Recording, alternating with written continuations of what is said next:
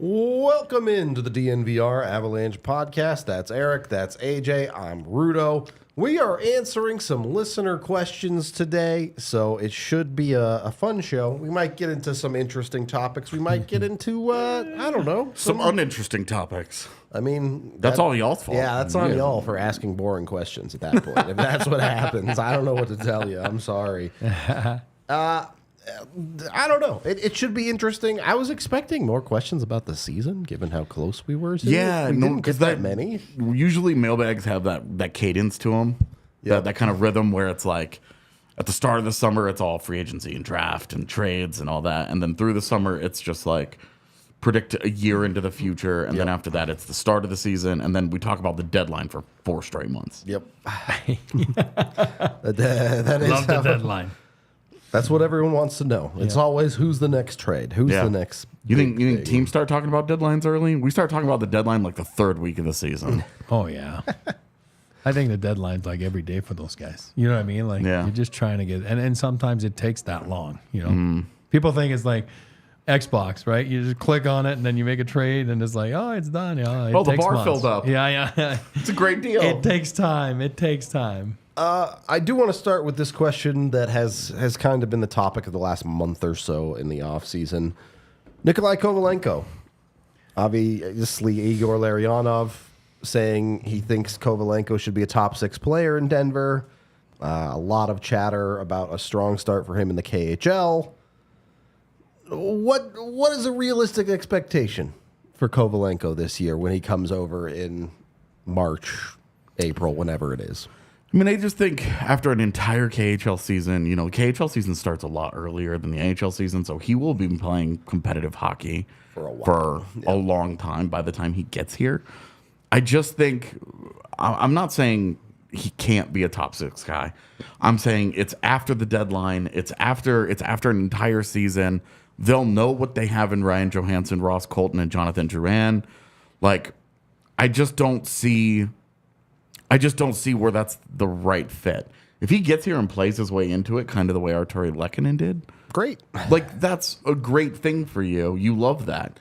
Is that a reasonable ask for immediately? I don't think so. And that's like, we can have that's a conversation I think would make a lot more sense going into the start of next season. Agree. Depending on how well he shows and depending on what the status of Gabe Landeskog is. All those things, like. But as of right now, they're top 6. They've got the guys that they want for their top 6. Obviously, we have to see if those work. With Jonathan Drouin, Ryan Johansson, and even on the then, outside, Ross there's Colton. a likely chance that they do answer those questions at the deadline if they're not already answered. If they don't, you don't take the chance that, Nikolai Kovolanko, you say, sure, Kovolanko's going to come in and be one of the wingers on our roster. Yeah. But you're not going out and getting a guy at a deadline that you think might be able to help you in your top 6. You're just not doing that because you're such a believer. This is not Cale Makar coming in, after his college season and being like, he's the truth. Yeah. Right, where you're like, this guy's going to be in our top 4, and then we're going to see how this goes. We're planning on this guy having a big role because we have a transcendent player here. We have a very special one. That, I think, is a really big ask for Kovolanko. I think it's completely fair to say he should be somewhere in the top 9. If he comes in and he's just a 4th-line guy, I think it's a mild disappointment. But also, I will say, just keep in mind, he will have been playing hockey for a long time by the time he gets here. Yep. There's going to be a little bit of extra wear and tear on him that's not there on the other guys, which maybe the Avs just wait. Maybe he gets here and they give him a week to practice with the team or something to get acclimated. But I don't think that the role will be that large right away. Yeah, I agree. And I think that it's more like when you draft a kid, right? It's on projection, right? Unless you just called it like Makar. You know exactly. Yeah. Again, those are special. Those are elite players. Those are really rare cases where guys come in and do that. Anything else you draft is on projection. So Kovolanko, there's a couple things for me that jumps in my face. It's it's a known commodity in the sense that they know his dad, right? You know what I mean? So, and that's a big thing, right? For people that don't know, he used to be, actually played for the Avalanche, right? Was part of that WA trade and NHL player for many years. And Alexei Gusarov, obviously former Avs, works in, in Russia for the Avs. And so there's a little bit of a known commodity. You kind of know the kid, his potential, his, preparation. Obviously, Larionov, representing him will tell you that, which is normal. I mean, you want to, push your client and put him in the best way for him to succeed. But if you look at Kovolanko, I think the Avs are doing the right thing. Right. If you go by the rules, I'm a little rusty on my rules right now. So, don't, but again, you're signing him. He's a draft pick. Therefore, he's allowed to play, unlike, Ben Myers, right, as a free agent, can't play in the playoffs, right? So you're protecting yourself right there with an asset. Like you said, that's coming over. Is he going to be tired when he's coming over? Maybe.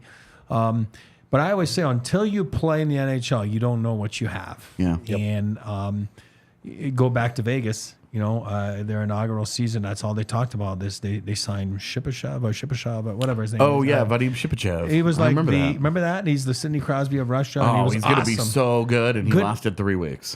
Awesome player in Russia, he was. And I'm not downplaying the KHL, I'm saying, but the NHL is the best league in the world. And then he came over and couldn't adapt. There's a lot of point-per-game guys in the KHL that come back to North America and just can't do it. I tweeted this out the other day. That's a league that's getting dominated by Mikhail Grigorenko. Right. Who had 2 kicks at the can in North America. Directly could not hack it with this Avs core. And then again, when he came back. And it's a question of fit, right? And it should be in Vegas, it was not a fit. And he went back, and he's like, this is not for me. It's a language. It's a different country for those guys. And it's like North American guys going to Russia. It's different. It's tough. And sometimes they just can't adjust. And they're just not comfortable, or their significant other is not comfortable, and the kids are not, So at the end of the day, who knows? This guy's a younger guy. He's a little different than Shipachyov, obviously. Yeah. But who knows how he's going to be? And then sometimes you find that guy and you're like, man, we were right. You know what I mean? And then it gives them, like you said, a little bit of something in their back pocket. There's always injuries, knock on wood. You don't want guys to get hurt. But,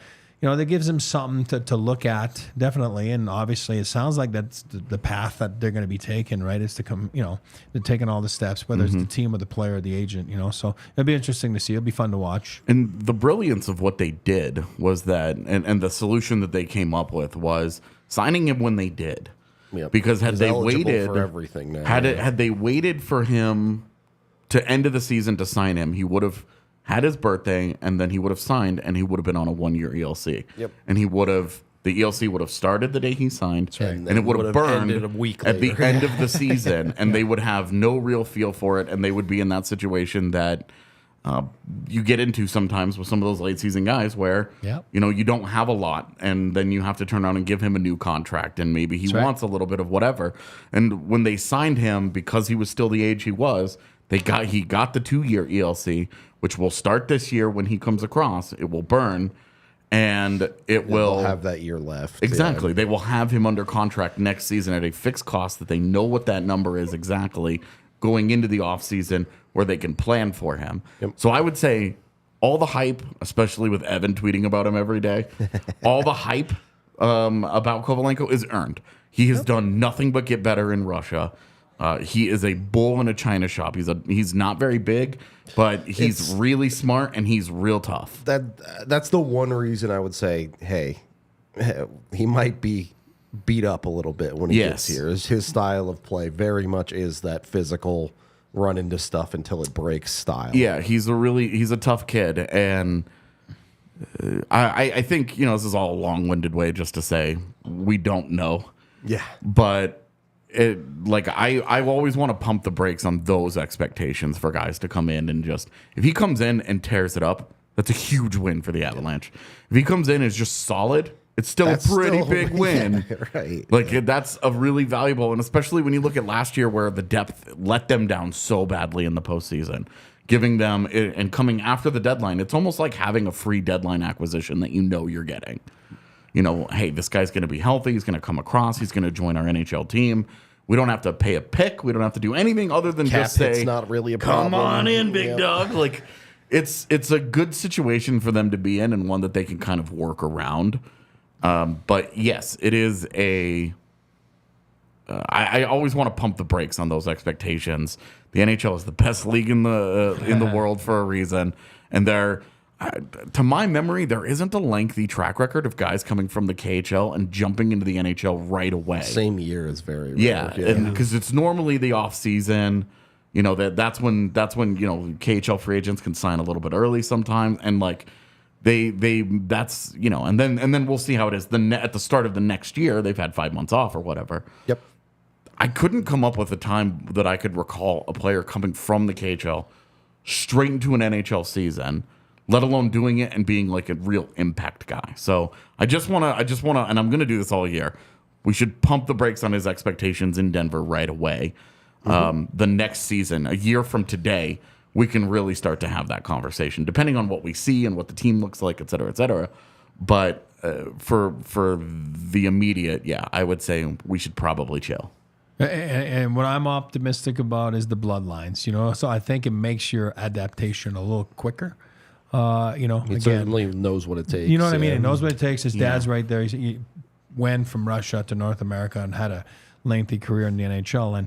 And you're right. He is a tank. Like his dad was a tank. He had that Russian, that Jofa bucket there. And then he was just like a square piece. And he just went and the legs were this big. And so it sounds like he's from the same mold. So interesting to see. Yeah, and exactly the kind of guy that you would like to have in a postseason series too. A skill guy, but one that can beat you up a little bit. Built for the playoffs, for sure. One that's going to give them another physical element. I mean, you put him on the right side in theory next to Miles Wood and Ross Colton on a third line. They just fly around, zipping into stuff. Like it is a real it's not hard to look at it on paper and say, well, that's kind of fun. So I think that is going to be one of the storylines of the season. Do you want to move forward here? Comment about Jake Sanderson's new deal in chat. I loved Believers. I loved it. Okay. I was worried how the offense would translate for Jake Sanderson, but I was never worried about his defense, and I was never worried about his skating. He is exactly the kind of prototype of the defenseman that teams are dying to get their hands on today. And I think that his offense will be good enough that it won't look like a major outlier. Certainly over the course of 8 years, I think for the first 2 years, it's probably a little rich. Sure. But that's how these deals work. You get 2 years where the guy's probably not worth that money, and 6 years where he's a great value for you. Yep. And with the way that defenseman contracts are on the verge of going way up, locking him in at 8 right now is definitely high. 8 years from now, I think a steal. Yeah. I think 2 years from today, we'll probably be looking at the Sanderson contract like, what a deal. Do you know how good that makes me feel about Cale's contract? No. Oh, I mean, his contract is unbelievable. So I don't know that Devon Toews' market is moved too much by Sanderson. They're on complete opposite ends of the age spectrum. There are RFA years, UFA years. I think Devon Toews is getting $8 million already. So I don't think this changes that math, but I don't think that they are like when they go into negotiations. I don't think that Devon Toews' agent is going to be like, but Jake Sanderson got 8. Like they're just totally different situations. They are not comparable guys. I agree with you, and you always have to look at the situation. What is this guy with his age, UFA, RFA, all that stuff. But I come from the old school a little bit too, and again, great on the guys now. I'm not that guy that looks back and. I think it's awesome where the game's gone now. Did they send out a rookie camp roster while we were on the air? That would be sure did. Classic DNVR. It's on our page. Okay, sorry. Go ahead. No, you're good. What I'm saying is it's like the job, but now contracts on projection, right? And I still have a hard time with it. You know what I mean? Like it's like. Wow. Like, you know what I mean? Like you're 8, what if it goes wrong? You know what I mean? What if we were wrong? 8 million wasn't 8 million when you were No, that's what I'm saying. And I am not that guy. Listen, I love it. I love the essential of the salaries and everything, but it's just still like mind boggling sometimes. And I'm not saying it's not warranted. He's a great player. That is not what I'm saying. I'm saying I still have forget about the player itself. It's those contracts. I'm just paying him for stuff they haven't done yet. Go back is you were getting paid after you did it. Joe Sakic got paid after he did it. Yeah. You know what I mean? Obviously 31 was the UFA years and that It was triggers different, everything. It was yeah. so different. It is so different, but it just blows my mind now. And it's awesome and good on the players. I think it's fantastic. Of course, always about player Absolutely. empowerment here. Absolutely. This next one comes from your bad food take. They want to know what your favorite type of cheese is. You know, I'm like, Montreal's got a little bit of European flair to the city, right? And then I'm a big Switzerland guy, and you know, so we do this meal at home like called raclette, and it's listen, we'll have one day, and you're gonna die. yeah. It's unbelievable. But you know, it comes with raclette cheese, and raclette cheese is it's like stinky cheese. You know, if I pull it up right now, Tiffany would be dying right now, like, oh my God, what happened here? But it's unbelievable cheese, but it's like it's from Switzerland, right? And then but it's awesome melted. Like, you know, not melted, I would say it's not, you know, again, it smells, but melted, it's awesome. So I would say raclette cheese is my favorite cheese. And, you know, and then you go on the Gruyere side. You know, I'm a sophisticated cheese guy. Gruyere. It's so good. You're gonna hate my favorite cheese thing because my favorite cheese is the string cheese that you get at the store. Oh, I love it too.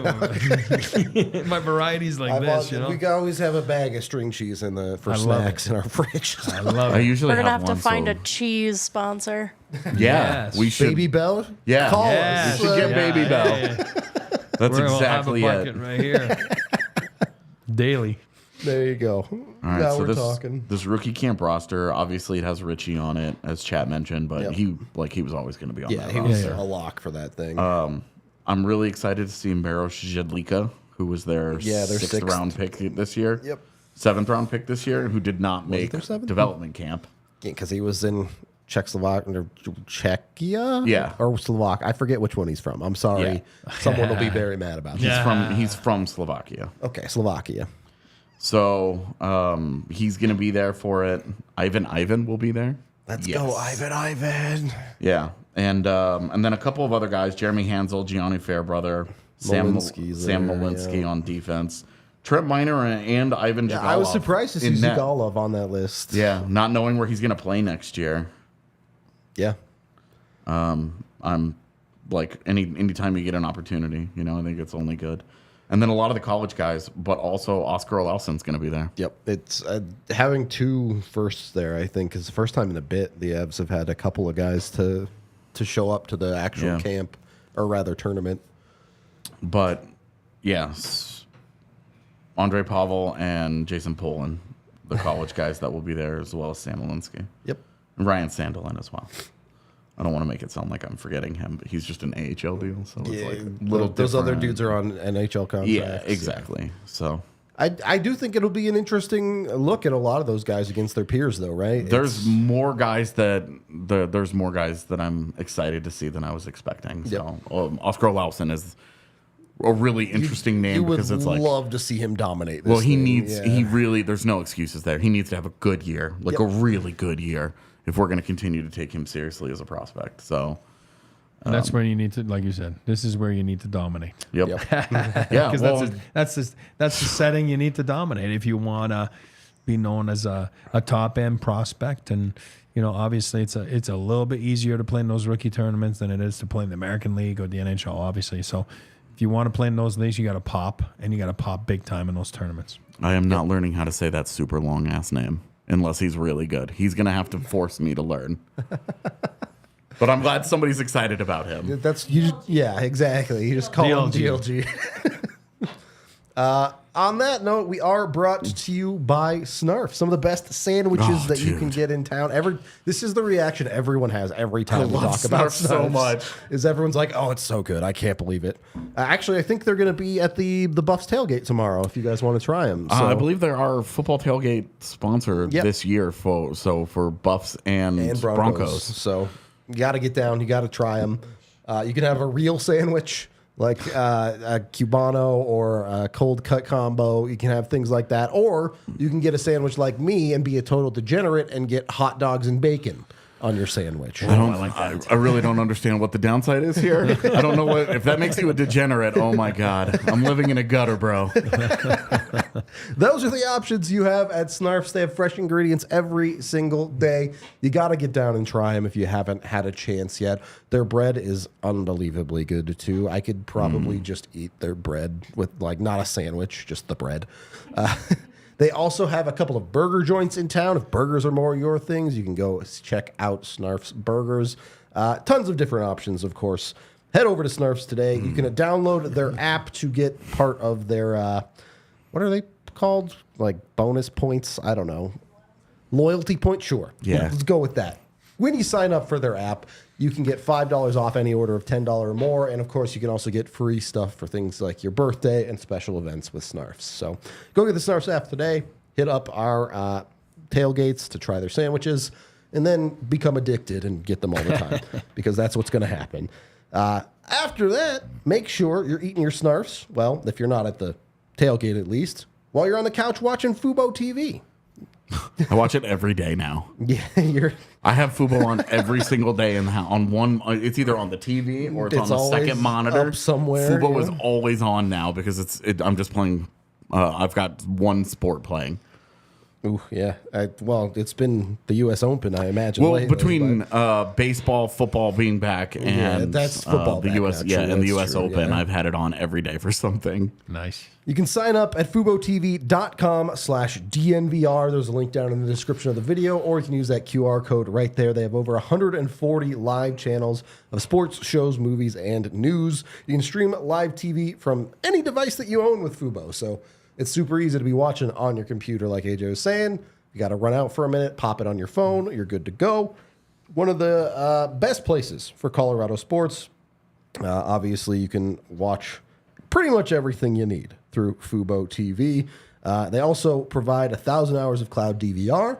So if you're one of those people who might be busy during the game, you can always record it and watch it when you have the opportunity. It's one of the things frustrates me most about other methods of watching sports. Let me tell you, going into Fubo and clearing out the postseason series between the Avs and Kraken was Cathartic. It felt good to hit delete. I did rewatch Game 6, but it felt good to hit delete on those and just move on. Get signed up today with Fubo. When you go to FuboTV.com/DNVR, you can get 15% off your first month of Fubo Pro. Great time to do it. As AJ mentioned, lots of sports getting fired up right now.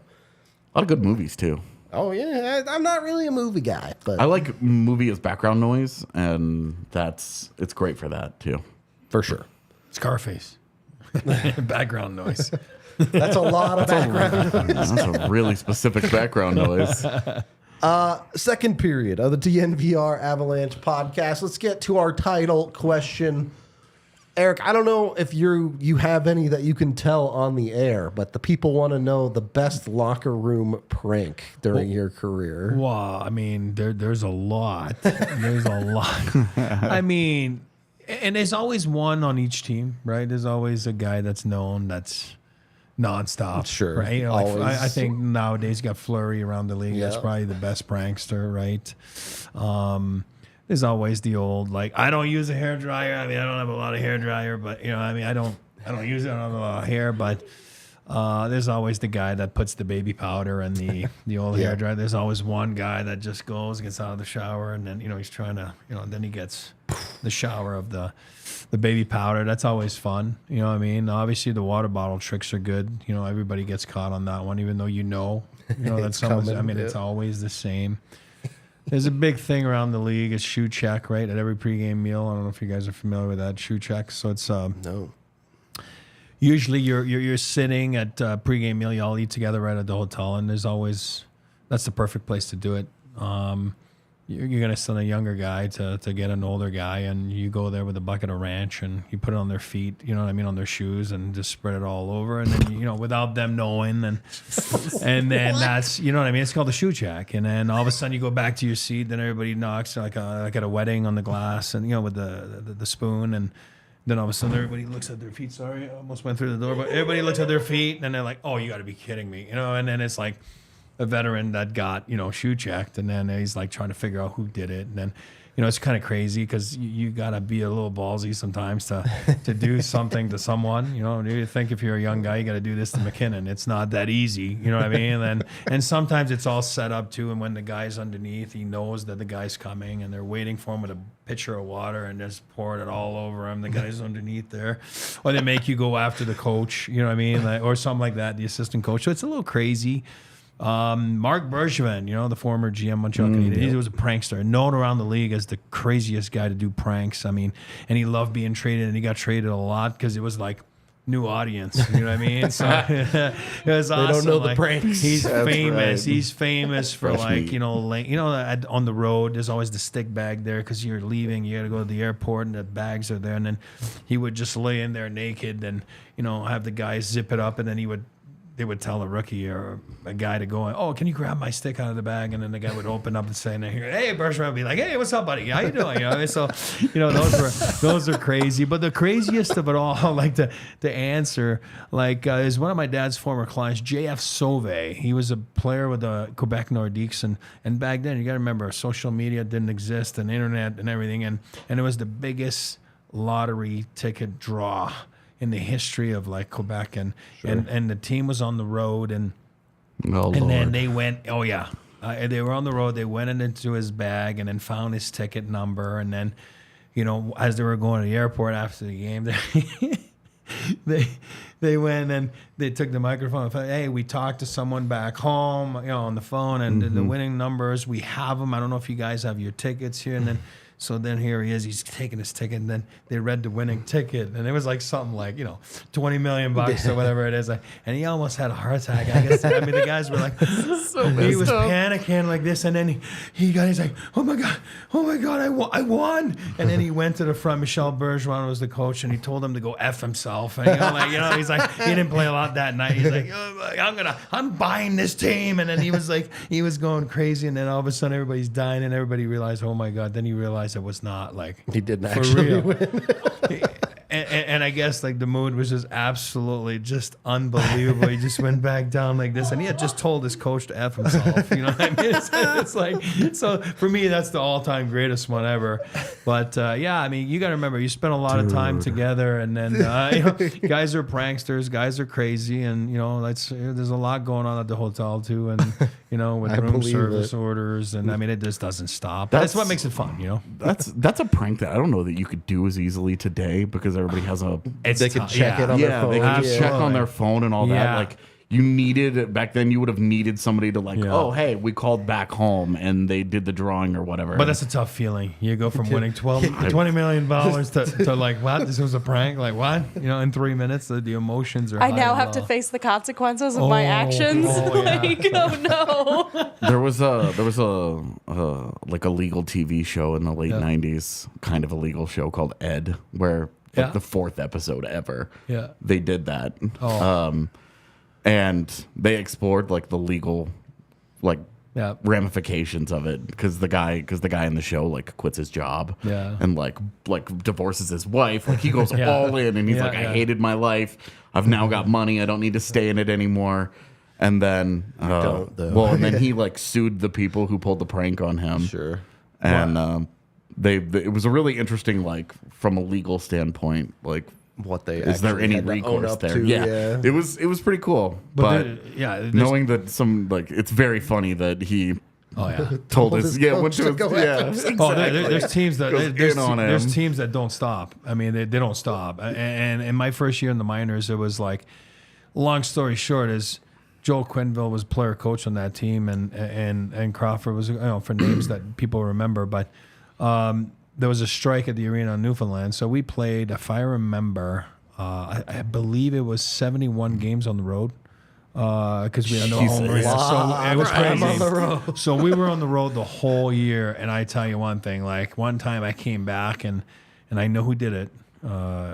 Mike Craig. Oh my God. His son is, what is it, Ridley Craig in Ottawa there, the prospect there? Awesome. Yeah, great, awesome guy. Gregor was, I came back in my room and it was just kind of pregame meal, and it just smelled like it just didn't smell good in my room, and it was weird, and it was couldn't figure it out, and we're walking around, And my roommate and I, we were like, what the hell's going on? We're trying to open windows, and it's just like, it's tough. Like, it was really tough. And it was just like, couldn't quite grasp what was going on. And then, finally we got, I called like hotel, like whatever security, come over, like there's something going on with this. Maybe it's in the vents or whatever. And so they did like a search, and I had this we were in Halifax.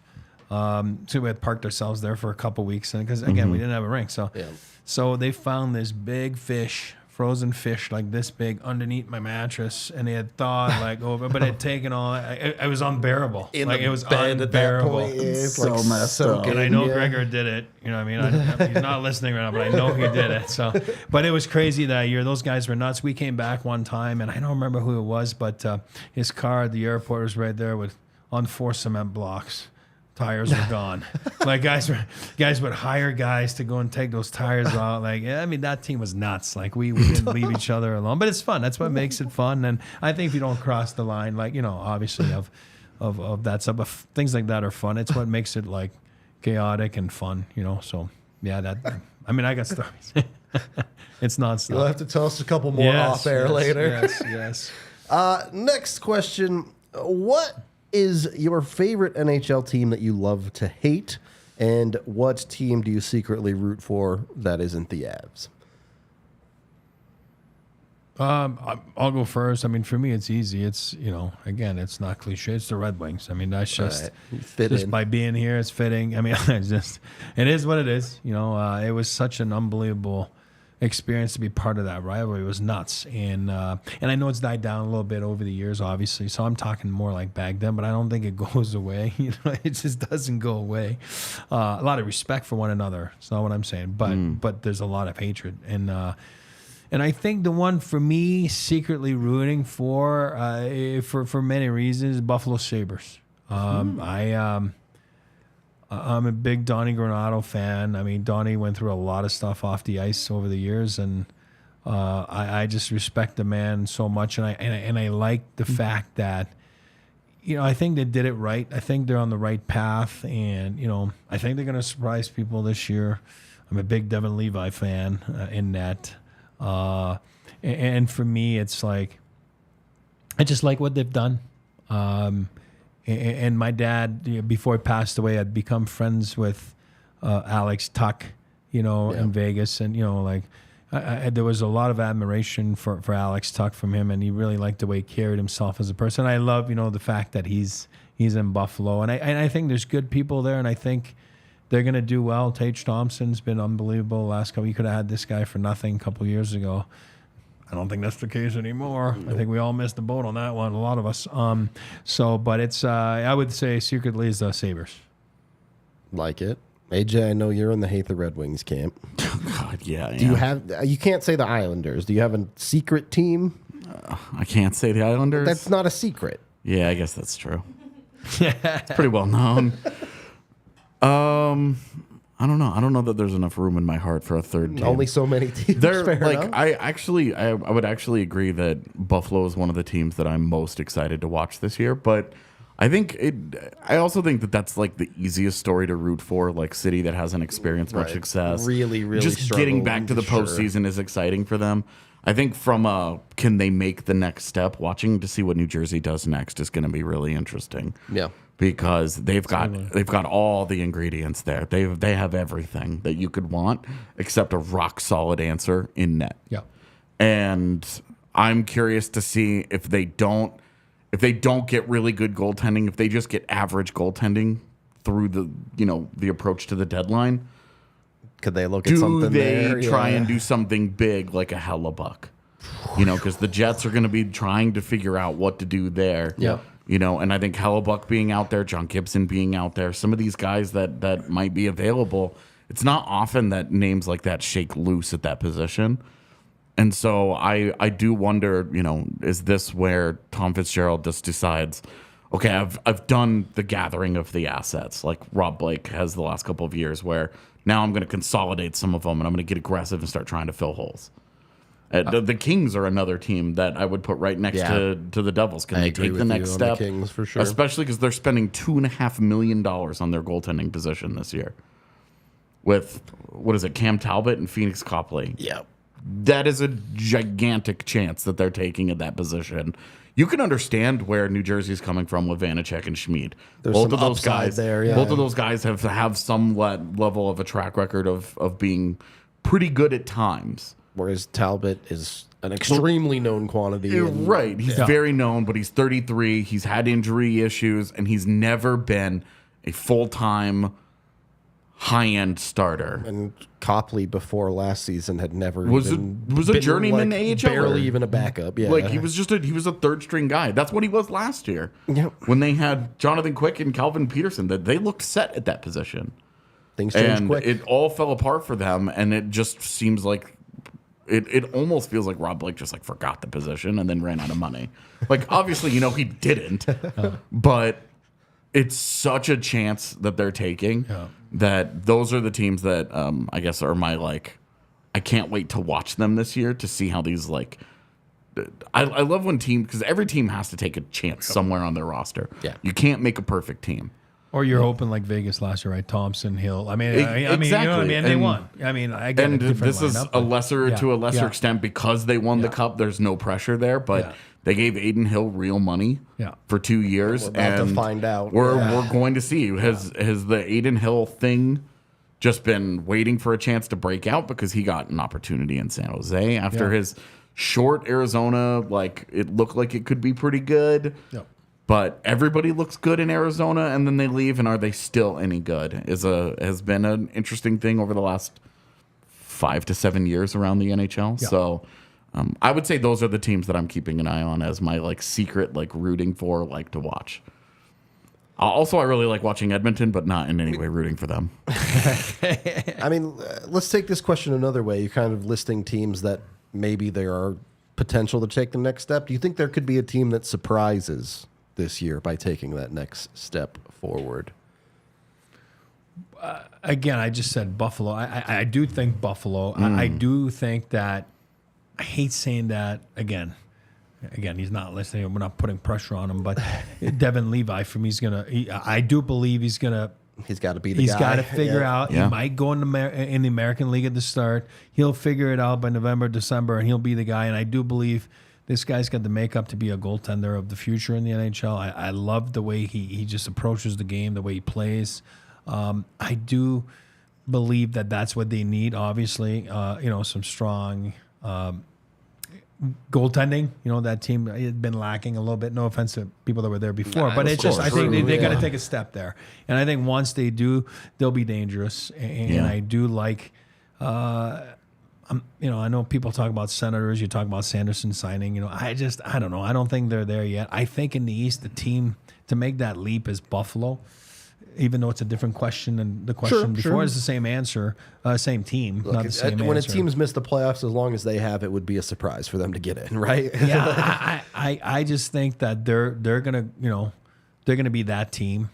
That's surprising. Maybe again, they're not surprising so much anymore because people are starting to talk about them. There's still plus money to make the postseason. That's what I'm saying. So it's not that much of a surprise. The betting market but still has them on the outside saying we don't expect this to happen. Okay, well, then perfect answer, right? Yeah. And in the West, I don't see any.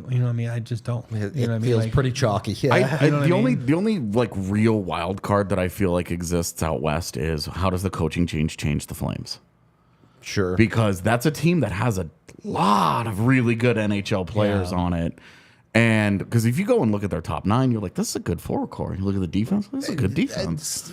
And Markstrom in net should be is he going to be the guy he was last year? Is he going to be the guy that he was 2 years ago? Yeah. There's such a huge gap for him to fit into the middle of those two extremes that how good are the Flames if that's the case? Kind of the opposite, right? There's nothing they could do that would surprise me. They could go down in flames, pun intended, and I'd be like, yeah, okay, sure. Or they could win the Pacific. Or they could catch fire and win the Pacific. There it is. But maybe that's why it's maybe not a surprise, because I do believe they're good. Yeah. I was more surprised last year of how they went. For me, I do believe that that's a solid team. You know what I mean? I think last year was not the real Flames. I mean, there's obviously that ended up being there, so they were the real Flames, but I do believe that again, if you ask me, like, oh, if they're in, then who's out, right? You know what I mean, there's always that question, right? Yeah. You know, but I do believe that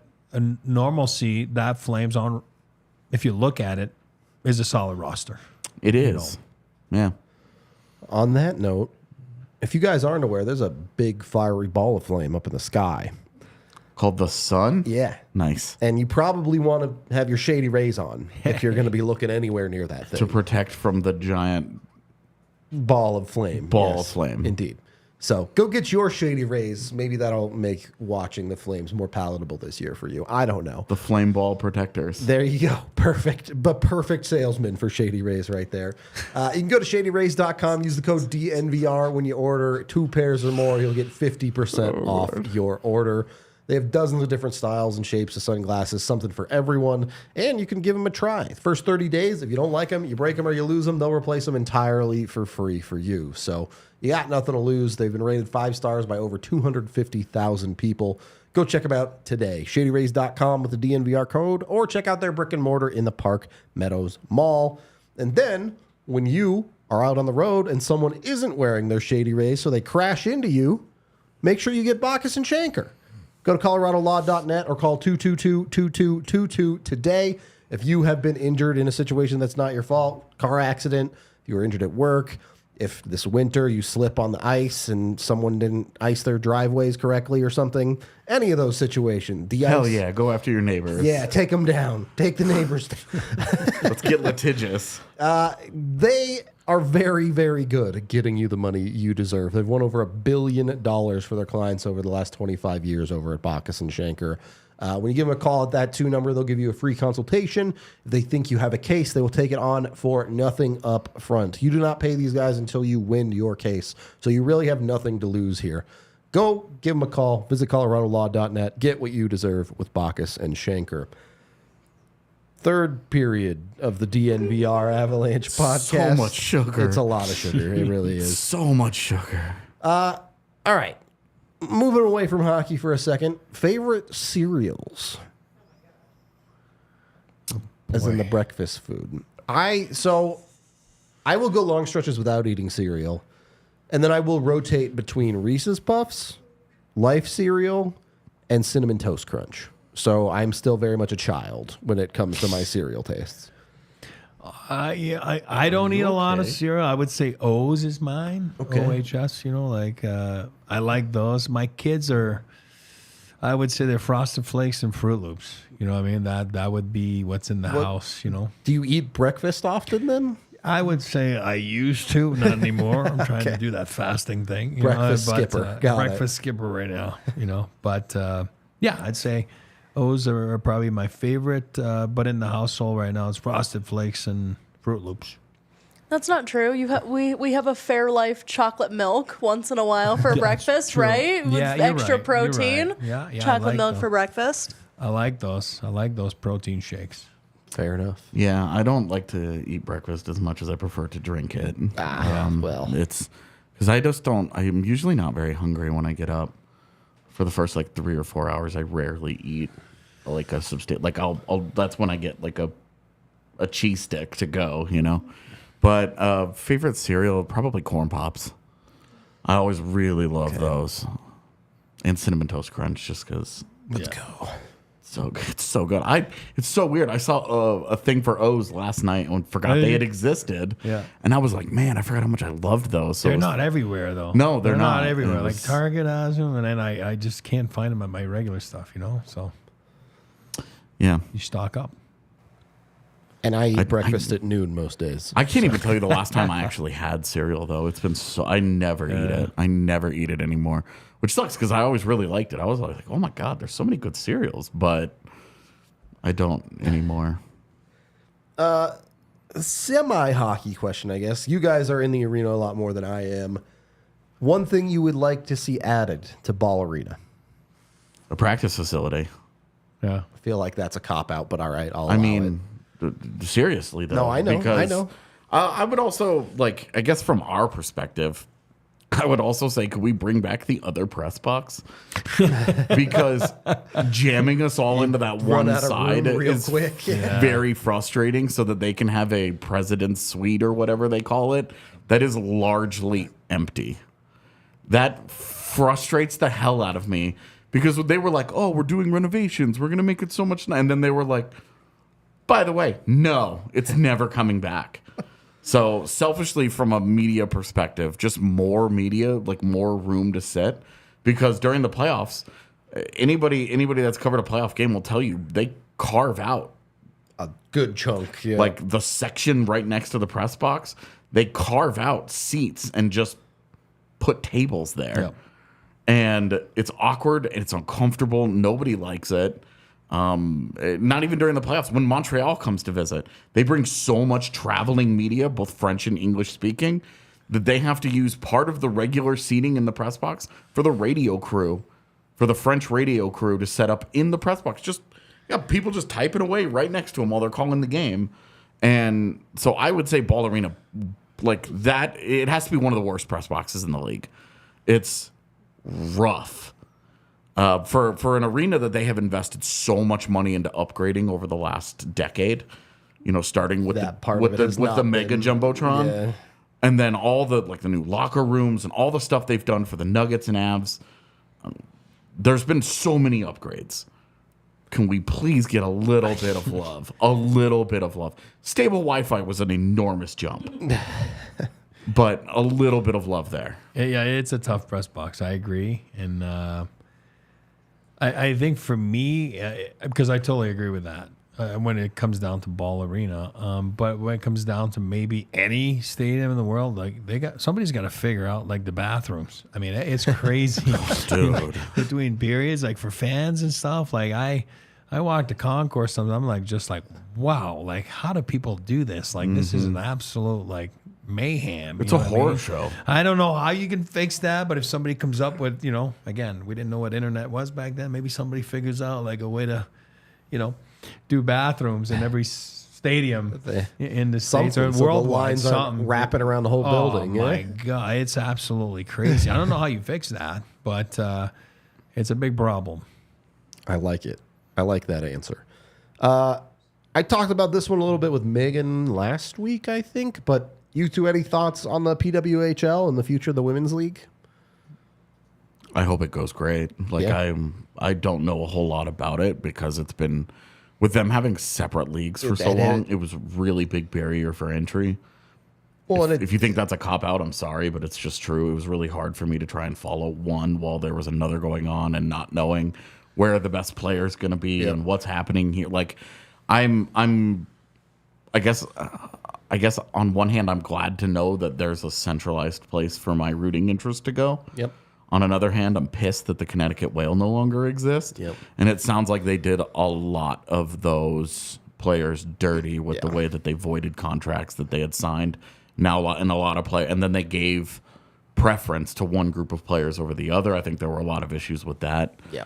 But I don't like the real nitty gritty of the details. I can't say I know enough about it to feel super strongly, other than I'm excited that it feels like we're moving forward. In the long term, it's going to be for the best. Yeah. I just think it was a really ugly process to get there. I mean, and the battles that they had been in for such a long time were really rough. Yeah. But I think now I have a better opportunity to really put meaningful energy into it. Yeah, because I want to support the women's game. I want Colorado to get a team. Yep. I want there to be a larger expansion. I mean, I want to get a WNBA team in Denver. And it sounds like that's at least in the discussion now. Yep. I want the women's game to continue to expand and get more attention. Because, I mean, when you watch the women's side of things in, say, the Olympics or whatever, it's tremendous. Great. Yeah. It's tremendous. And so I think having that on a local level would be fantastic, and I really, really want it to work. And maybe I'm talking not knowing all the facts, but pardon me, my take on it is maybe I need that Red Bull. I'm kidding. It's empty, and you don't want to drink mine. No, too much sugar. Sounds like it's one ownership, right? I mean, it's one, and what it does is there's continuity, there's solid blocks a little bit everywhere. I like the way they did it. They went and got some big names in the female, male around the hockey world and named their GMs. right? And then if we saw the last couple of days, they were able to name 3 players, right, that they're were going to be the anchors, and I like the fact that they're doing they're going to be make some real money now, right? You know, with that's the idea, right? You have 3 players that can make above a certain amount, and everybody has to make above a certain floor. Which I like, and I like the fact that you got Mary Philip Poulin, which is a big name in Montreal. Obviously, she belongs in Montreal, and I think it was right. Nurse in Toronto, Hillary Knight in Boston, and then you got Kendall Coyne in I want to say Minnesota, right? Stuff like that. I think they're in the right places, to market the superstars of women's hockey, and I think now they're gonna next step is introduce the coaches, right? I know a couple guys actually that have been approached. I don't want to say if it's a done deal. I don't want to put my but I do know that you're talking about guys. The feelers Again, are out I know there, male. There's a nice mixture of males and females, and obviously the coach in Montreal is a legend in women's hockey, right? Sauvageau, and then she's the GM, and I don't know who the coach is going to be, but. I do know that there's some solid hockey names that are going to be named coaches of those teams, and I think it's going to be exciting. And for once, like you said, they're doing it right, and I think that they're going to have a little bit of stuff to back them up and to be able to survive and do it right. You know what I mean? And then just go up from there instead of like hanging on, like you were saying for the last couple of years, and it's tough to get yourself involved in watching it or whatever it is because it wasn't that solid. This seems to be solid. This will be fun. And they certainly have some firepower, and the names are just Knight and Coyne, and Poulin, and it's fun. It's gonna be fun to watch. Okay, I think we have one super chat to get to. Melanie with the $10 saying, "Welcome, Eric. Thanks DNVR for all you do. I love the daily podcast. So much to learn. Appreciate it, Melanie. Always here supporting us." Melanie's always so positive. Yeah, nice. She definitely brings the positive vibes. I just want to wake up one day and feel like Melanie does all the time.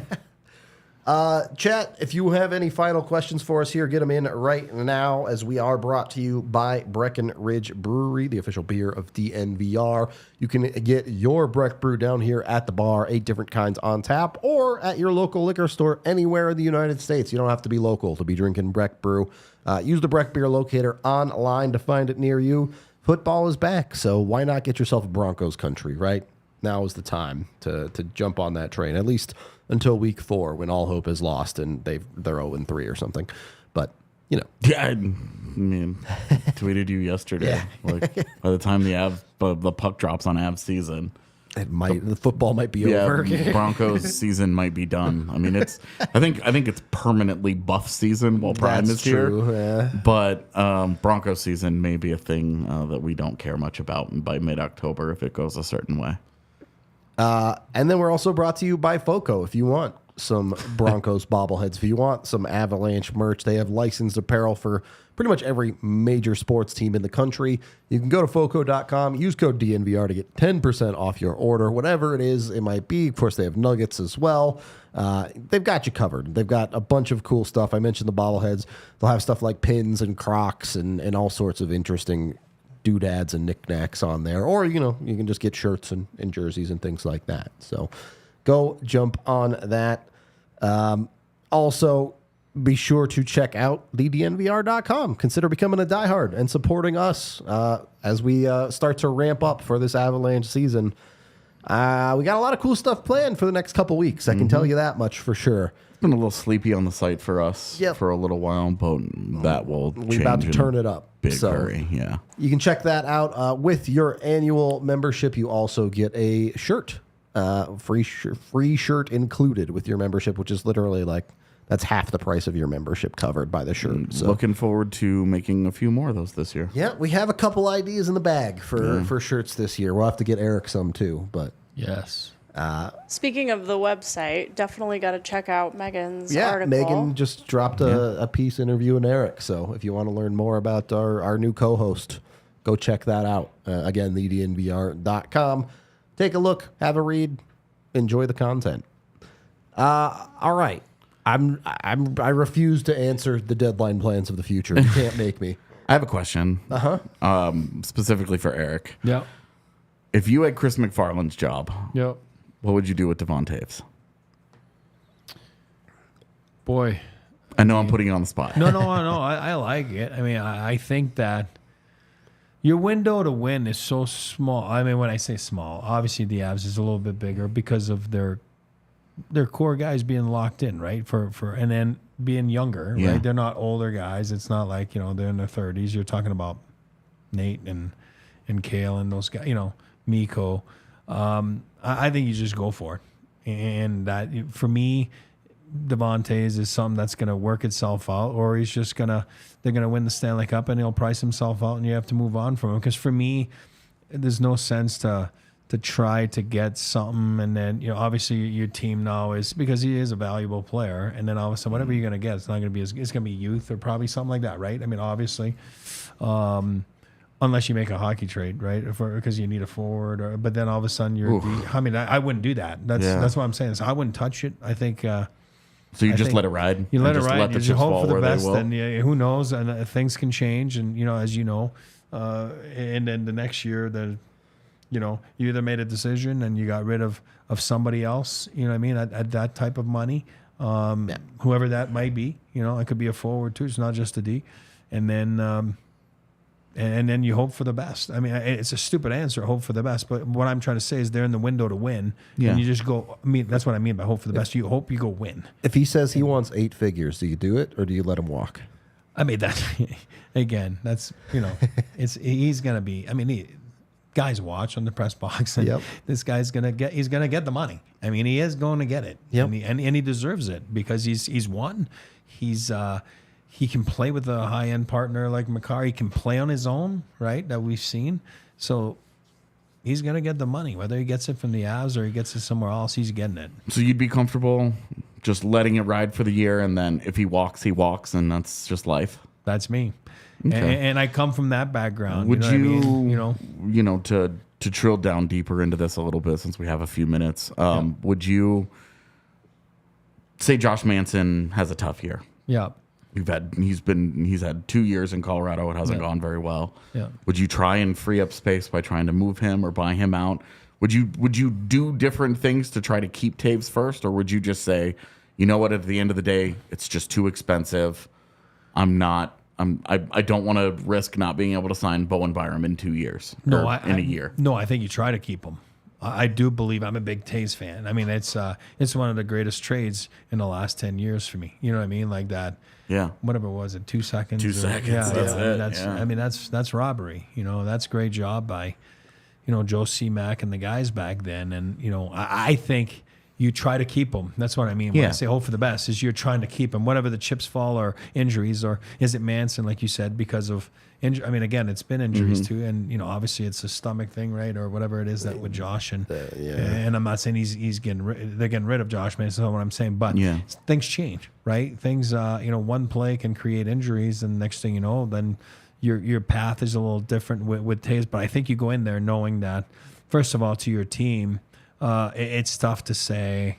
I've never liked that, where you're getting rid of one of your key pieces, for futures, and when you're trying to go win. But you got to think about the future. At the end of the day, I think the future is now, and you go for it, and you go win now. You know what I mean? And I think that's the approach they got to take, and that's why I like Tampa. The way they approach things. And, I mean, it seems pretty. Unless the guy is McKinnon, Makar, Rantanen, maybe Landeskog.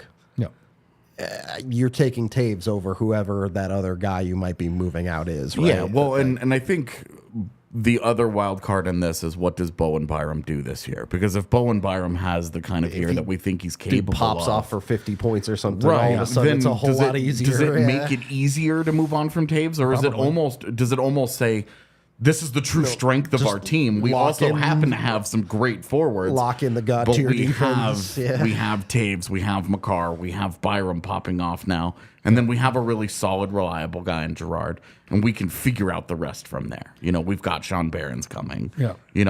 Whatever. But so I think AJ building a team from the defense again.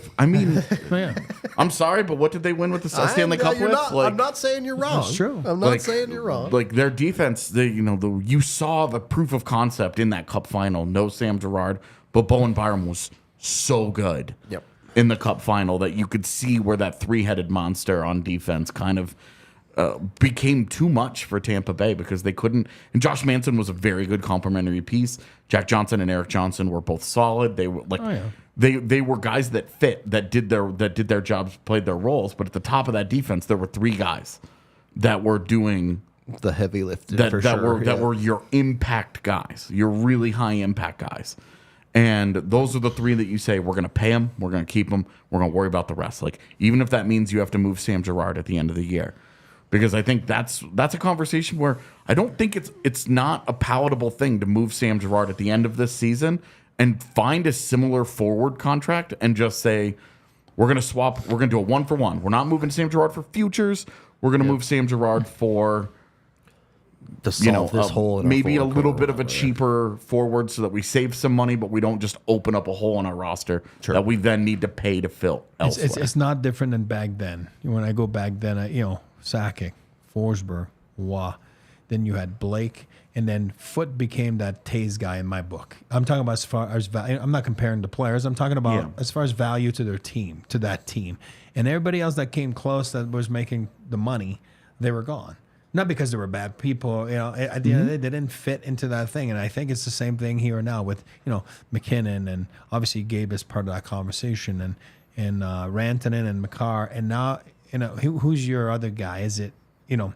Is it Byron? Obviously, Byron's younger than Toews, but how do you fit in? And then somebody else is going to need to go. It's life, right? I mean, that's just the way it is. That's the business. But I think that for me, Toews is, and I'm a big Foot guy. His numbers in the rafters for a reason. He's as valuable, to those teams that Footy, obviously different player, but he's in that category. I mean, Devon Toews is in that category of being valuable to that group.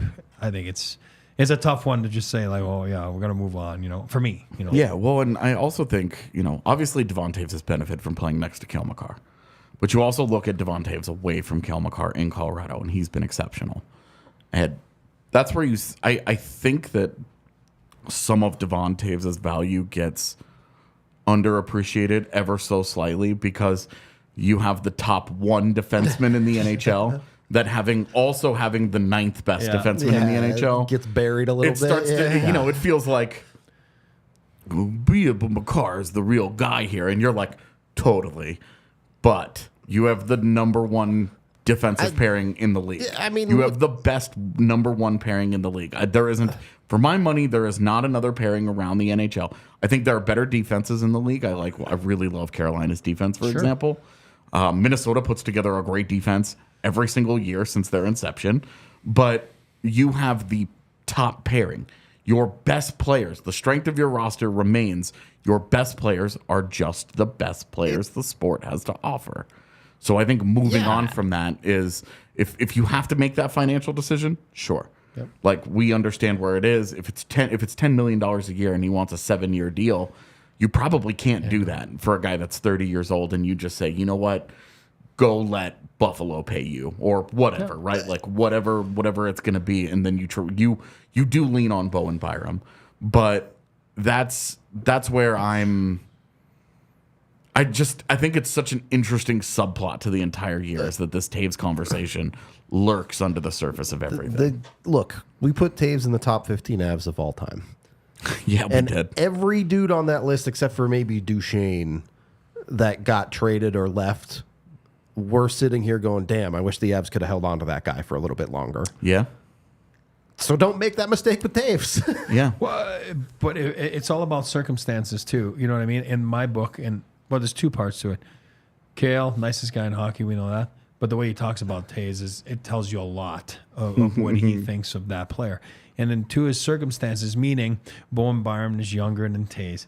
Toews' contract puts him into the 30s where, so there's circumstances there where you have to look at it and go, oh, if you get down to the fact that you have to make a decision. I'm not saying you make a decision between the two, but I'm saying that's where maybe Toews falls off a little bit, because the guys, he's a bit older than those main guys, and obviously Bo that's pushing.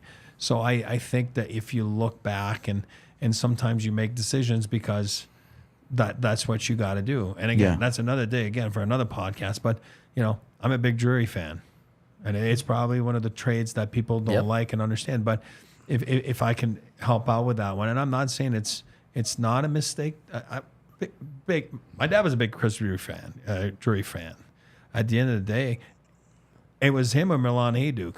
And that's what you do. And next thing you know, Milan Hajduk wins the Rocket Richard and his numbers in the rafters. And that's what it was. Because at the end of the day, it's a money thing and it's a fit thing. And it's like guys they're not young anymore, meaning they've been in the league 3, 4, 5 years now, and then it's like this, they command a certain amount of money as they should get. Yeah, you know of what I mean? course. But they're not going to get it there, and you got to make a decision, and that's what you do. So I think these guys it's a little bit similar there, but on D, right? Instead of forward. But I think if Devontae's is not here, it's because of the circumstances of compared to Forsberg when the lockout started.